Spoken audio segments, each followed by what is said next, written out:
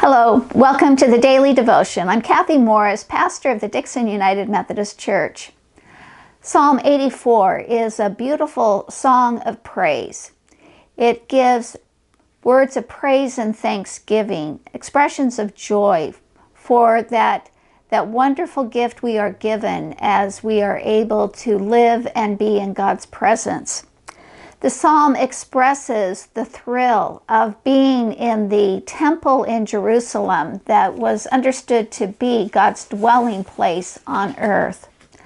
I'm reading Psalm 84, verses 1 through 4 from the New Revised Standard Version. How lovely is your dwelling place, O Lord of hosts! My soul longs, indeed it faints, for the courts of the Lord. My heart and my flesh sing for joy to the living God.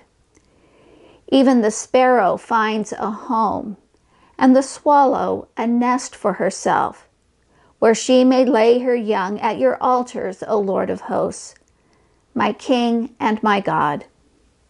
Happy are those who live in your house, ever singing your praises. The temple in Jerusalem was not just a place of worship. It was not just a sacred place. It was also seen as a home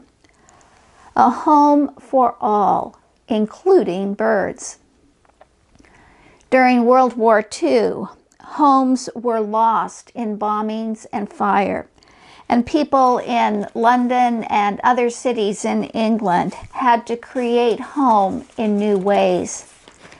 This is a prayer that was used in air raid shelters. Increase, O God, the spirit of neighborliness among us, that in peril we may uphold one another, in calamity serve one another, in suffering tend one another, and in homelessness and loneliness of exile befriend one another. Grant us brave and enduring hearts that we may strengthen one another till the disciplines and testing of these days be ended, and you give again peace in our time. In this time, we are having to live with a spirit of neighborliness, acting as good neighbors to one another. And in this way, we are creating a safety, a home in a new way. The disciplines we are observing with masks and physical distancing and meeting outside, these are ways in which we are caring for one another, upholding one another in peril, tending one another in suffering, befriending one another with calls and notes, strengthening one another with brave hearts. Yes, the war is still going on. The battle with COVID-19 has not yet come to its completion, but God will restore peace.